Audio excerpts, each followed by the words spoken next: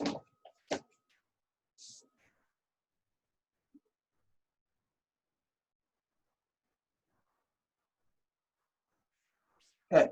welcome back, guys. All right, so let's go over the pendulum for a bit. Now, we say that a lot of times we use the pendulum as simple harmonic motion, and we'll see why. So, let's see how the pendulum works.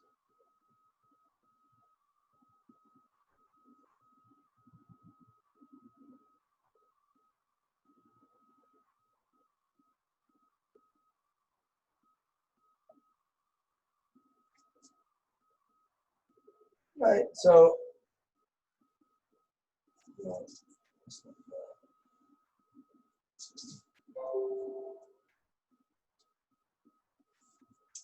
we have the pendulum. It's just a mass, some kind of object on a massless string, and it will oscillate back and forth between each sides, and it'll exhibit simple harmonic motion in certain cases. So let's just draw this out. This is L sine theta. This is L cosine theta. This is theta. Right? So there's a tension force, mg cosine theta. There's a force going back, mg, this is a restoring force, mg sine theta. Let me write that a little bit bigger.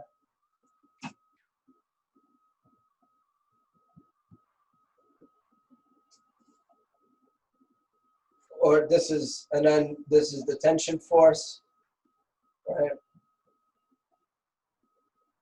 Which cancels out the force due to gravity along that direction, right? And then it turns out that mg sine theta is what we use as the restoring force. So in this case, the force that causes this motion is equal to minus mg sine theta, right? If this is a positive angle, the force is going backwards, so it's negative mg sine theta. Now, if you look at it, we say that it displays simple harmonic motion, but, and it's a function of theta, so this would be mg theta squared t squared, right?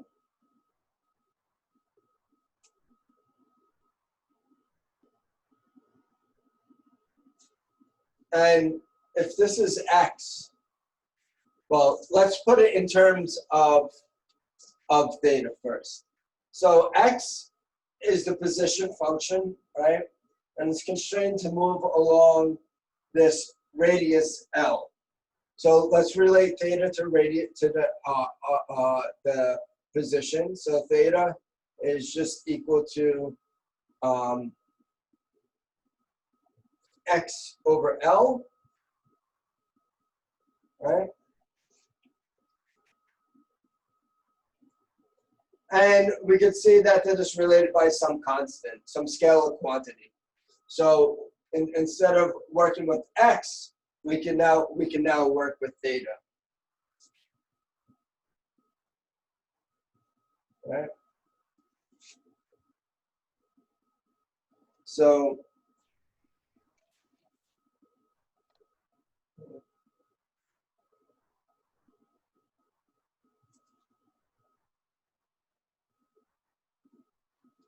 we have this.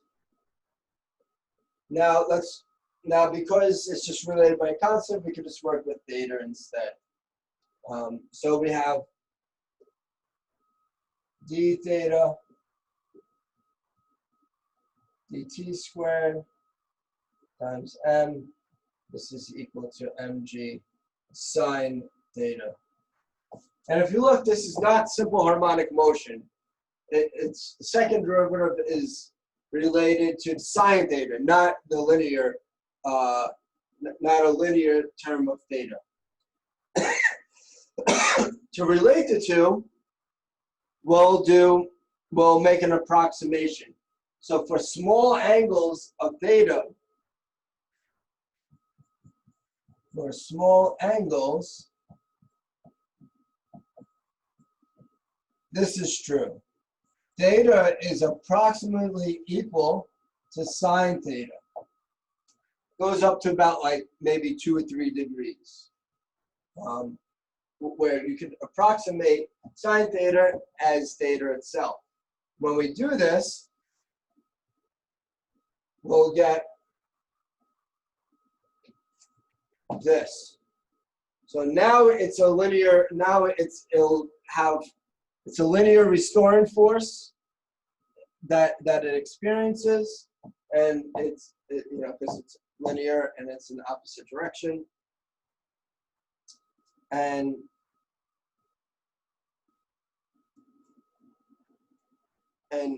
what we'll find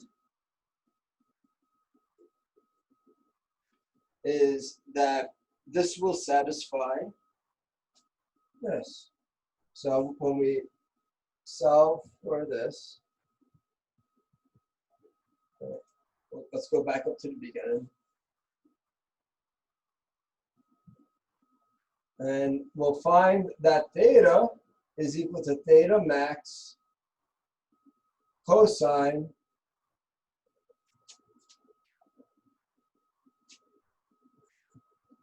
omega t plus some phase. Will satisfy this. Now let's look at what the omega depends on. So we have this, right? And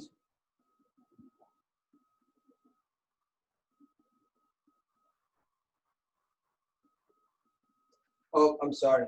We need an L over here. And this comes from the fact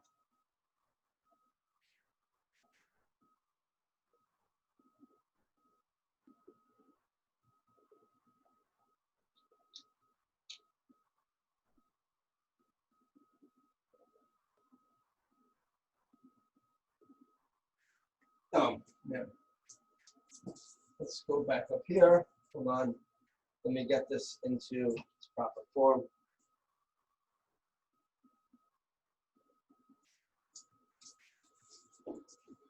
Let's keep this as force.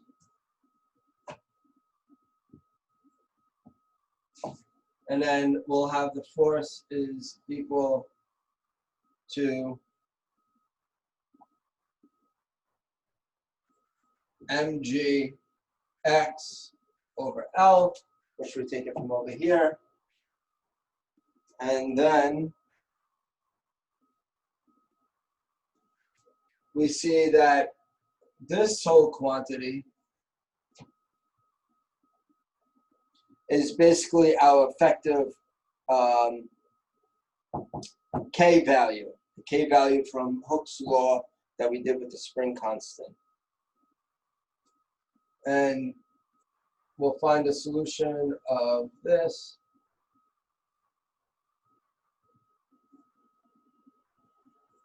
I had up on the board before. And then if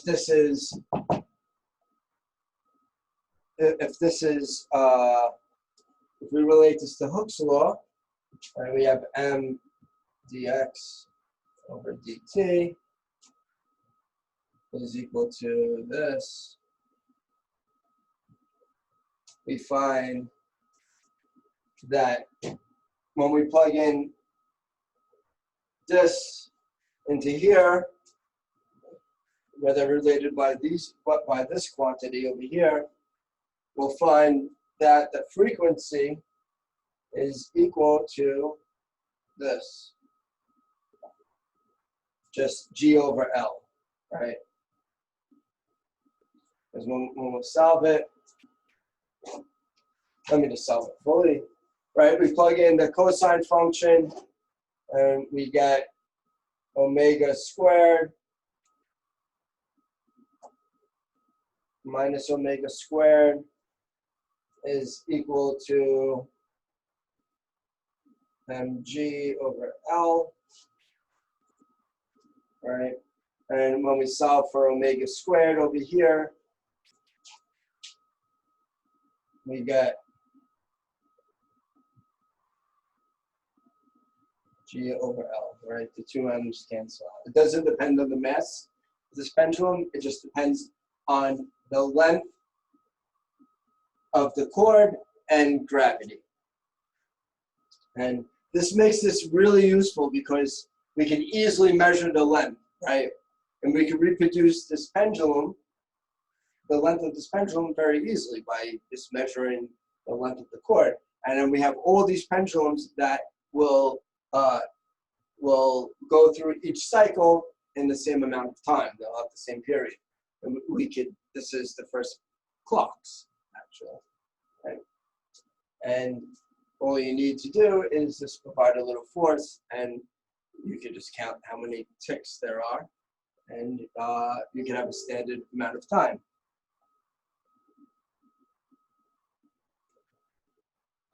And it does, and then the same analysis applies as last time, right? And the most important thing is that it's not a function of the amplitude or the mass on the pendulum. It's just L, and then we can measure the period from the angular frequency, right, using the same equations. And if you want to write it, let's write it down. So that means that the frequency, how many times it occurs in a second, is omega over 2 pi. We just get rid of radians, and that's 2 pi G over L. The period, how long it takes to swing back and forth, is just 1 over that, so it's 2 pi over omega, and this is equal to 2 pi L over G, right? And of course, this is all for small angles. Once you increase it, it depends on the sine function, and it no longer satisfies this. Now, the fact that it doesn't depend on the amplitude, what this allows you to do is, like, if you have a grandfather clock, you'll have it oscillate back and forth, right? Now, it's not a perfect system. What happens is that this oscillation dies out after a certain amount of time, and each swing will be less and less, right? Will be slightly different. But this will not affect the frequency, right? This will not affect the time. So you let it go, and then when it gets low enough, you just give it another impulse to move it, to increase the amplitude, and it'll keep swinging and keep recording the time, right? The proper time, and it'll do this accordingly. So this is good because the oscillations will damp over time, but this will not affect the counts or each time it swings back and forth. And it allows us, allowed people to use these pendulums as clocks, in the Renaissance period. And the fact that this motion dies out after a while due to frictional forces and really wind drag from oscillating back and forth. There's a certain amount of resistance due to the wind. This is known as a damped oscillation, a damped harmonic motion, where the motion will die out after a certain amount of time. And if we plot it, what this will look like is that it'll keep the same frequency, but it'll die out the amplitude will get smaller and smaller. So it'll look something like this. So let me draw it a little bit bigger.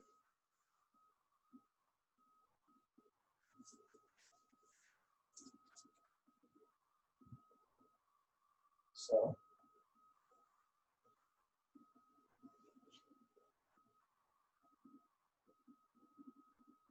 it'll look something like this, where the amplitude, and draw it as well as it should,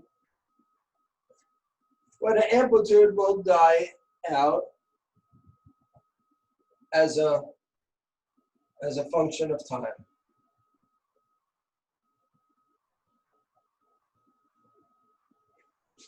Right, but the frequency will stay the same. This is a damped harmonic motion. Now, how do we introduce this into the system? Well, the damping force for the pendulum, it's mainly due to air drag, and this is linearly dependent on the velocity. So we'll just add this dampening term. So if this is, so we'll add this dampening force to our equation. So the dampening, there's a dampening force. We'll add it to our equation of motion. And this is dependent on, this is linearly proportional to the velocity. And this is the proportionality constant. And for like air drag, it's just dependent on the shape of the object. And if you calculate this, this equations, they're calculated based on the shape of the object. But this is the dampening term. We add this to the equation. So let's rewrite it. So we'll have this. This is our force, right? Then we'll have our, well, we'll add the dampening term. And then we'll write the velocity in terms of the position. So it's just dx dt. And then we'll have our linear term. I'm just going to use, well, what do they use in the book? K. They use K as the constant in front. And this is our linear restoring force. And, oh, not zero yet. So we'll have this. Let's bring it to the other side. And we'll have this equation. And this is what's known as a second order differential equation, because you have three different orders of derivative. You had it before, but you didn't have this middle term. And the solution to this equation, I'll just give it to you. When you take a partial, when you take a ordinary differential course, they'll go into how to calculate this. But all you need to know is the function that satisfies this. Just plug it in and it satisfies it and adds up to 0. And this function is x equal to a e to the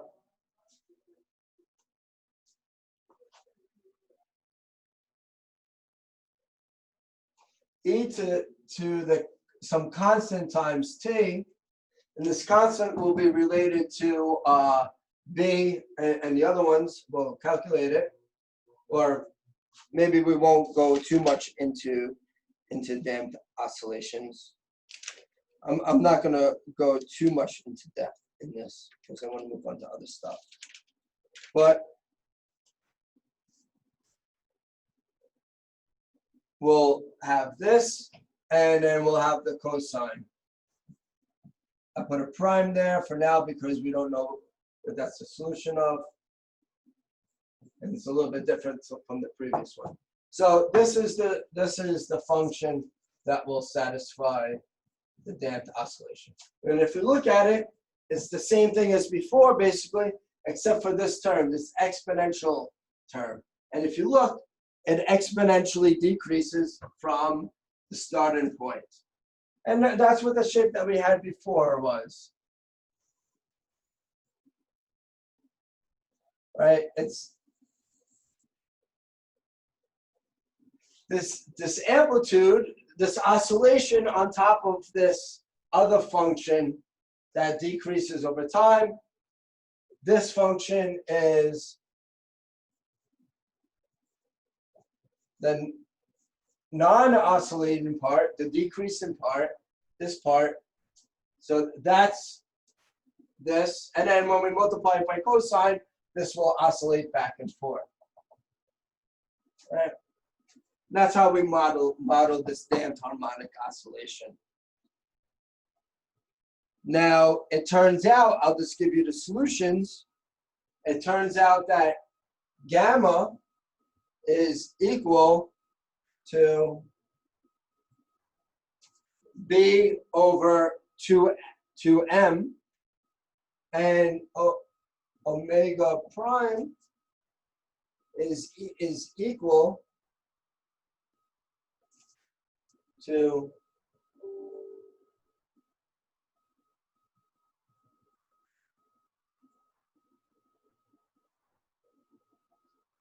and the way we find this is actually by plugging this into here, and what we'll get is a quadratic equation that depends on omega prime, and then we use the quadratic formula to solve for omega prime. That's how we get this and this. Right. Okay, so Professor, when it oscillates, does it come to a stop at some point, or is it going to infinity? Well, okay, that's a good question. Well, in reality, yeah, it does come to a stop at a certain point, but in an ideal sense, it'll keep oscillating forever, technically, right? The oscillations will get smaller and smaller, infinitesimally small, right? But essentially, it'll come to a stop, right? Okay, makes sense. Yeah. And there's different cases. So there's three different cases that we consider.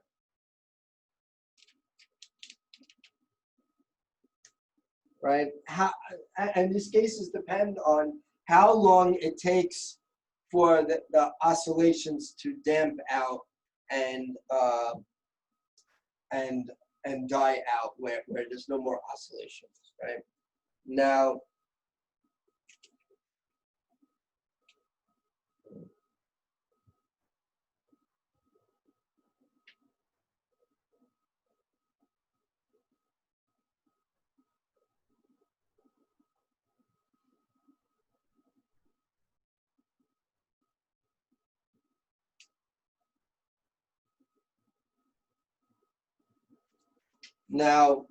and it depends on how large B squared is to how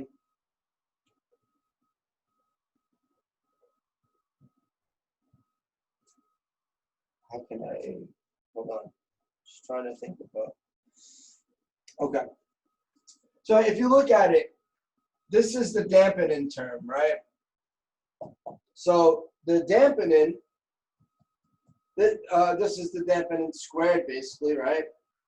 The dampening term will change the frequency by a bit, right? And so it's really this quantity that determines how damped it is. We'll relate it, because this is a ratio,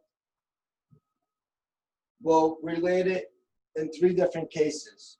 So the first case let's consider is where B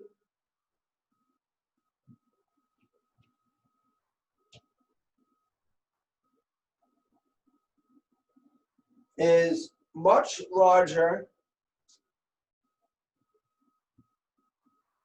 than 4Km.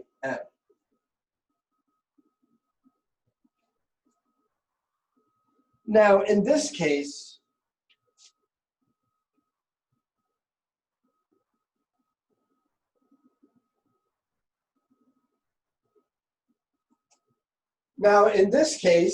well, let's see what happens. What happens if B squared is much larger than 4mk?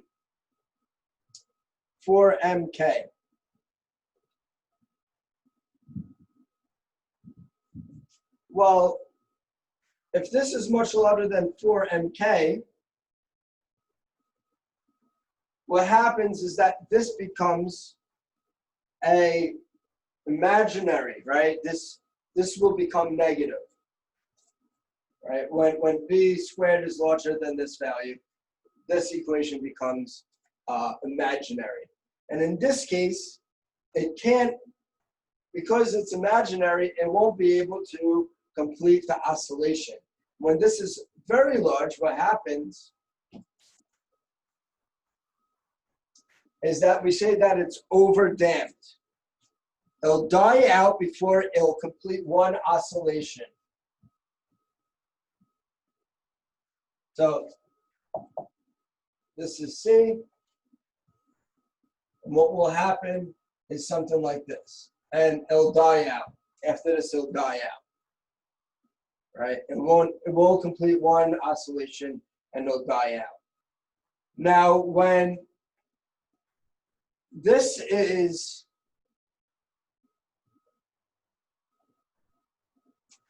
when B is, I'll call this A.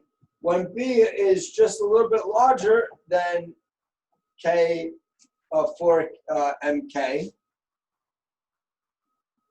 what will happen is that it will complete some oscillations before it dies out. This is called, well, let me rewrite this. It's called overdamped. This is called, in this case, it's called underdamped.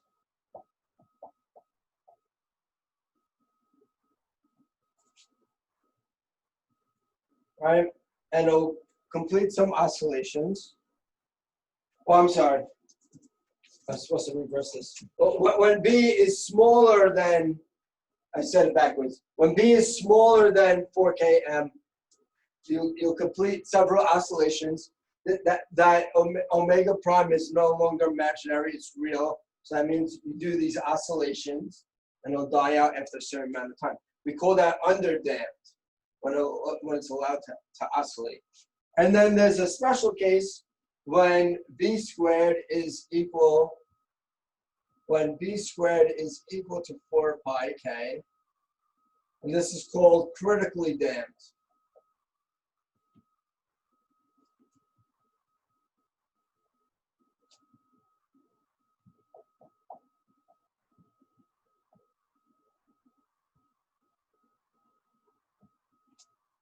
And here, so this is A, and here, what happens is that it's just enough to complete one oscillation.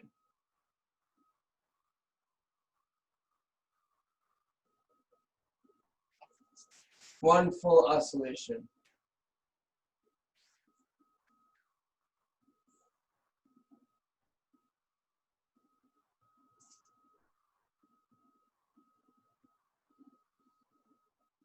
Right? And this is B. This shows you in the book, you can see this diagram in the book on page 383. And how you relate these two, just check out the quadratic equation, why these two are related.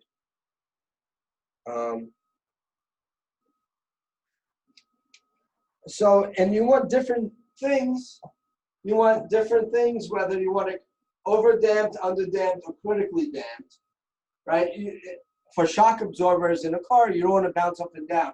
So you want it to be overdamped. You want it to lose a lot of energy very quickly. You want to satisfy this equation over here for like a shock absorber. And the way they do it is by having the spring and then having this in the viscous fluid, so you get this a very high B coefficient over here. Air is very thin, right? So in air resistance, this is extremely small. Pendulum is an underdamped system.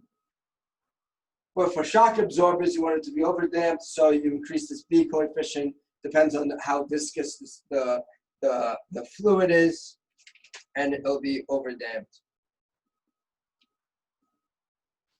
Now,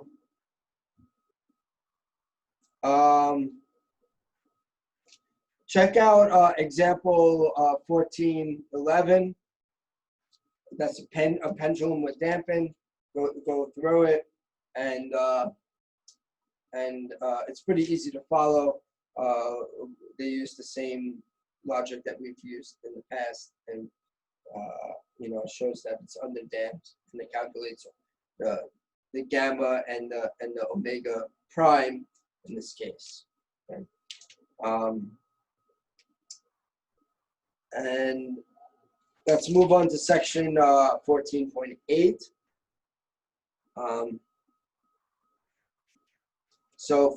And this is for forced oscillations. Now, a forced oscillation is when something drives the system.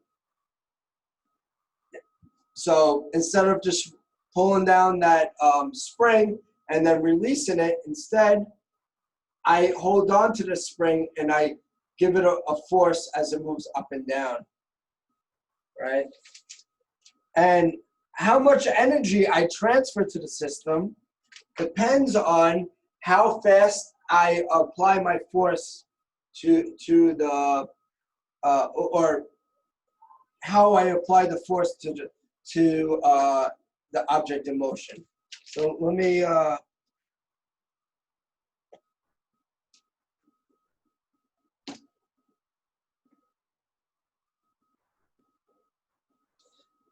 so it's when you have an external, so let me think about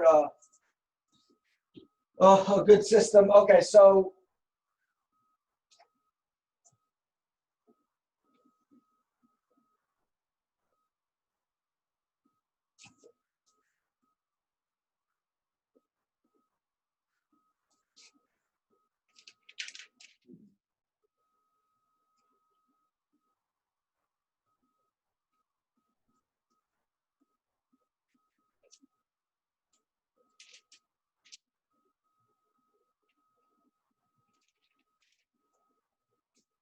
okay, so imagine if I'm holding a pendulum, right? I think this is a good system. And instead of it being attached to a wall, I'm holding it. These are my two fingers. I'm holding a pendulum, and I start swinging it, and I'm moving it back and forth with my finger. I'm kind of applying a little force to help it move. And this is known as a driving force, that I'm applying an external force to this pendulum that's under this linear restoring force due to gravity, right? I'm kind of swaying it back and forth. Instead of just giving an initial impulse, I keep moving it back and forth. And the way I describe this force, because this force is being applied differently in each direction, right? As I move it back and forth, I'm applying it, either I'm giving it an acceleration force in one direction or the other direction. We'll describe this force as some amplitude that depends on t, omega t, right? And now we'll write the equation, Newton's second law, and the equations of motion with this force added on. So we have the linear restoring force, and we have the dampening force, and we'll have this external force now. So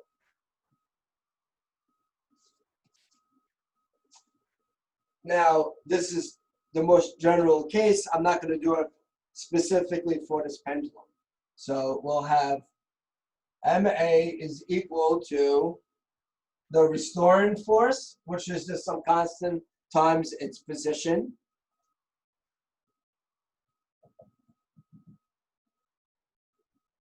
right? Minus a dampening force, dampened due to wind resistance or whatever, some kind of fluid, plus this restoring, this driving force that I applied to it. And now this is the equation that we solve for. Let's rewrite this like this, plus the dx dt plus kx, and this is equal to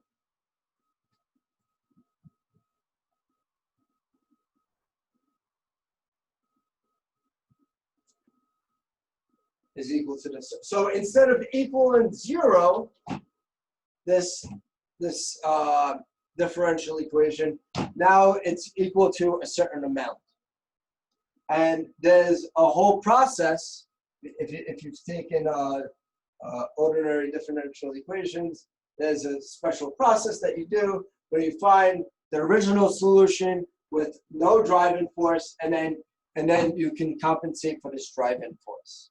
And if you haven't taken it, I'll just give you the solution.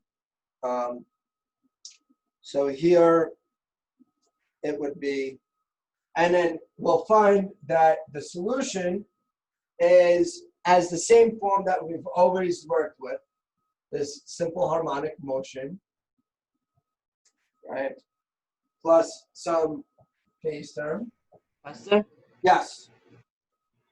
In MD, when you wrote on the formula mdx squared over dt squared, is it d squared and not x? Where? On the numerator. This thing? On the left. On the top, the numerator. Yeah, there, where you showed with the numerator. mdx? Yeah, you see how it says mdx squared? No, bottom. This thing. The numerator there. You're talking about this? Yeah, the numerator. Oh, yeah, you're right, sorry. Yeah, it should be like that. Yeah, 100%.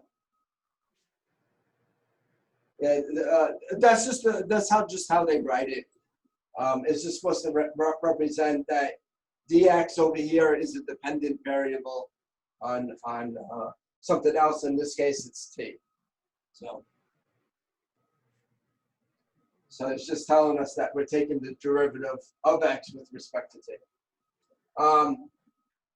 So now we have this, and the solution, just by plugging in this into here, we can find what these quantities equal. And let me write it out. So AO no longer will be a simple solution simply given by the amplitude. This will be given, the amplitude will now be given as a function. This omega can be different. So this omega is not the same omega as this. I have to make that clear. This, you can change this omega. I can drive it at different frequencies. And this omega is the natural frequency that it would oscillate without any driving force. That's called the natural frequency of the problem. This is the driving frequency. And they did not add that into the book.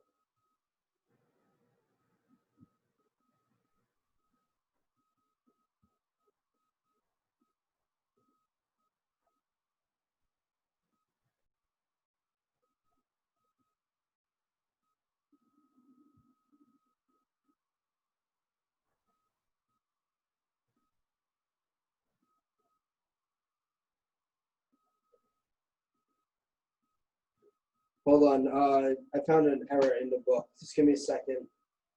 Let me make sure I write it down properly. Okay, yes. So in the book, they just put this external force like this, but later on, They mean